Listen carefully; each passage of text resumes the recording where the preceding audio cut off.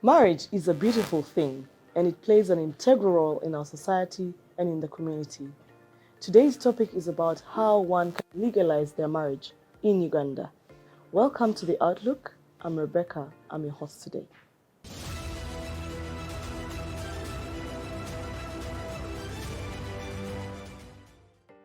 We're here with Susan. She's a lawyer. She's also a mediator attached to Nagweru courts, and she's here to help us to understand about how to legalize a marriage in Uganda. Welcome to the show, Susan. Thank you so much, Councillor Rebecca. It's a pleasure to host you.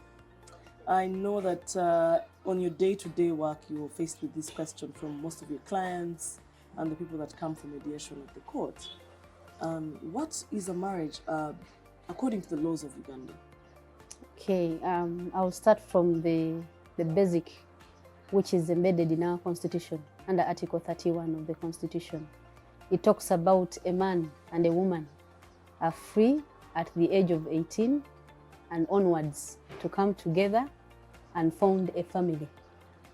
So the basic definition of marriage is a union. It's a contract between a man and a woman who are of 18 years and above, who freely agree to come together and found a family and live together as husband and wife. That is marriage legally. Yes. Yes.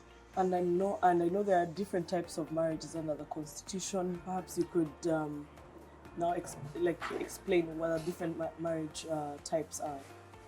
Okay. So in Uganda, we have about 5 basic types of marriages. Okay. The very first basic one is customary marriage. Us Yes. being Africans, we start with our own. That is the customary marriage. And the customary marriages are regulated by a given law, the Customary Marriage and Registration Act, which specifies how they are conducted and how they come into being. Mm-hmm. Then the second type of marriage is the civil marriage.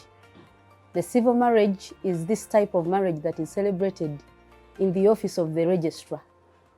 We have the registrar marriages, who for purposes of Kampala sits at the URSB building. Yes. And then if you're outside Kampala, it's the chief executive officers, chief administrative officers that act as registrars for what? For marriages. In districts, at the district level, if you're outside Kampala. Yes. Then those are really celebrated before the what? The registrar. Yes. Not in court, as it is understood by very many people. That's true. They're before registrars. Then the third type of marriage is the church marriage, which is also regulated by the same law. Yes. The Marriage Act regulates both the civil marriage and the church marriage. The church marriages are celebrated in churches. What we call weddings. Yes. Those are church marriages. Then fourthly, we have the Islamic marriages. Yes. Marriages between people that profess the Islamic faith, the Muslims. Those are regulated by the Marriage and Divorce of the Mohammedan Act. They have their own laws. Then lastly, we have Hindu marriages, the ones that are celebrated between Hindus or the Indians. They celebrate it according to the Hindu Marriage and Divorce Act as well. So those are basically 5 types of marriages that we have in Uganda that are legally recognized. Yes. Yeah. So how does one conduct a civil marriage? Because I know very many people are tired of weddings and how expensive they are, and they want the simple version of either going to the marriage registrar or the chief administrative officer in this case. How does one conduct a civil marriage? Oh, thank you. So a civil marriage, the prerequisites for any civil marriage is one of the parties intending to get married, say maybe the intending groom, is supposed to have been a resident in a given area, that district where the marriage is going to take place, for at least 15 days. That is the first requirement.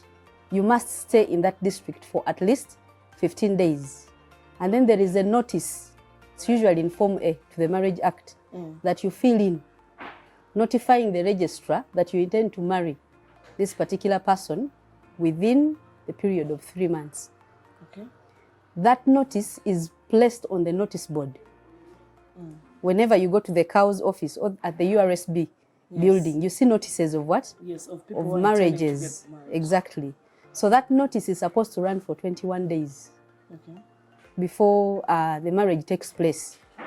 The notice runs for 21 days, and the purpose of putting that notice is to inform the public, so and so is getting married. If there is anyone that objects or has any reason to believe that the two should not get married, please come forward Yes. and lodge what we call in law a caveat. Yes. Like you forbid that marriage from taking place.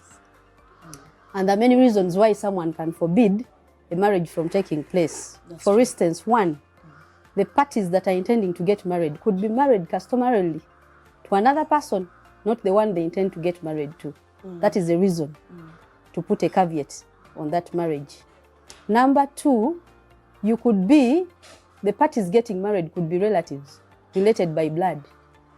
Yes. We've got many marriages cancelled by court because the parties that got married are within the prohibited degrees of consanguinity and what? Affinity. Yes. They're related by blood, they're close. Those two are not supposed to do what? To get married. The other reason could be related to age. You're below age. You're below the age of 18. Yes. Or you've not sought the consent of the relevant persons, say maybe your parents, before you're getting married. Those could be reasons that can lead someone to go and lodge a caveat. And that's the purpose of that notice. Yes.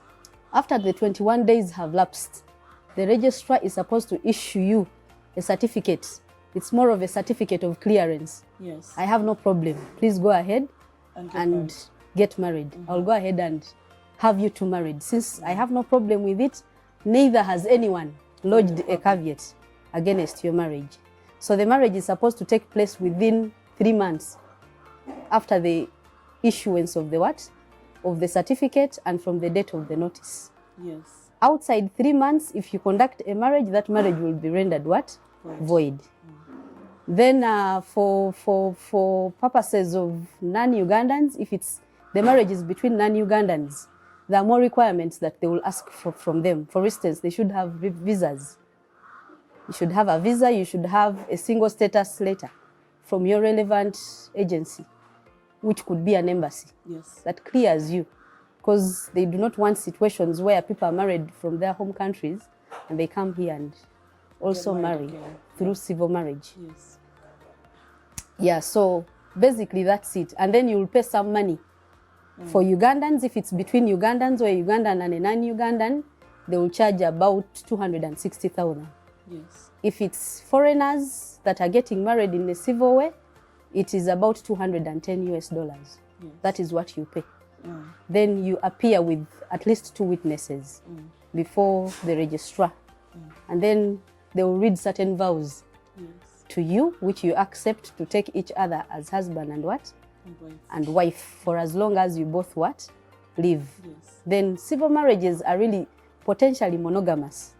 You cannot marry another person as long as your partner still does what? Lives. If you do so, you'll be committing an offense in law that is called bigamy. So that's how the civil marriages are conducted. Yeah. I requested you to talk about civil marriages mostly because most of our viewers are not very well aware of the civil marriages, but we could also briefly talk about customary marriages. What makes a customary marriage legal? Okay. Now, customary marriages, like I stated earlier, they are regulated by a Customary Marriage and Registration Act. What makes them legal is if they are done in line with the provisions of the Act. One, customary marriages are marriages between people that are celebrated according to the rights of an African community. And it's usually the rights of the girls' community. That is for a customary marriage to stand. Now, the prerequisites for a customary marriage are, we go back to the basics. Age. The persons getting married must have reached the capacity to get married. Yes. That is 18 years and what? And above. You must not be between the prohibited degrees of consanguinity and affinity. That is, you should not be related by blood. Otherwise, that marriage will not do what? Will not stand. Yes. The other is, you should pay bride price. Actually, if you fail to pay bride price, you will not be considered married to that person customarily. Yes. Whatever customs, whatever the people of the girl ask you to bring in order for them to give you their girl, you should pay. Failure to follow those rights, then that customary marriage will not be valid. And for customary marriages, after their celebration, they're supposed to be registered within 6 months. Now, where do we register customary marriages? You go to the sub-county chiefs or town clerks for Kampala. Those are the people that are responsible for registering customary marriages. However, non-registration does not render the marriage invalid. Okay. It's just advisable for you to do what? To register your customary marriage, so that in case there are any issues in future, you have evidence of that marriage. Yes. Then there should also always be witnesses. Every marriage has to have at least 2 witnesses. Could be your father, it could be your mother, that you go with to the town clerk's office or the sub-county chief and have your marriage registered. That's how customary marriages are celebrated in Uganda. Thank you so much for the elaborate discussion. Thank Let's you. take a break. We'll be back.